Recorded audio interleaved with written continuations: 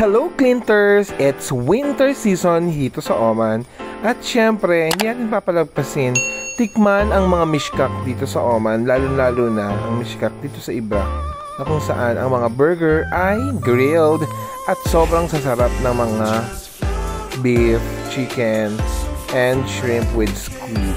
Ayan. So, samahan niyo ako guys. Dito nga pala sa Ibra, dito sa Oman, usong-uso kapag mga taglamig season na, usong-uso yung mga ihaw-ihaw, like yung mga grilled burger, mutton, beef, shrimp, squid, at kung ano-ano pa. Pero ngayon dito, itry natin ang kanilang napakasarap at napakamumurang ihaw-ihaw dito sa Oman. Ayan. So sobrang lamig dito sa Oman.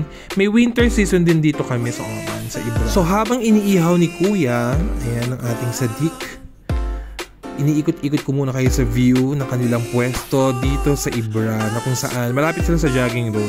Etong road na to, dyan kami nag-jogging ng aking kaibigan na si Raymond kapag kami time.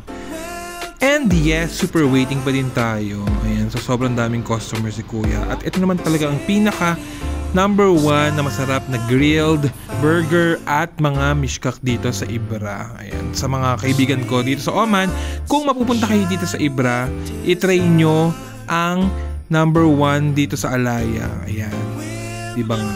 And syempre, ayan, part na rin ito ng kultura ng mga Omanis, ng mga lokal, na habang kumakain sa napakalamig na weather kapag winter season dito sa Oman, ay ang manood ng football or ng soccer ball.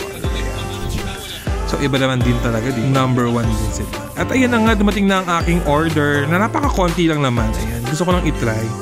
Meron ako ditong squid, beef, ano ba to? Meron din akong shrimp, and syempre ang kanilang grilled burger. Ayan, yung shrimp nila, magbabalatan mo pa. So, yun ang napaka-bongga doon. Magbabalat ka pa talaga. And napaka laman, napaka malasa ng kanilang burger. Ayan, so nag-take out pa ako ng 1 real na shrimp dyan para sa aming vegetable. Ayan, pananahog namin yan sa vegetable ng aking kaibigan si Shakira of Sharkia na si Raymond. Char.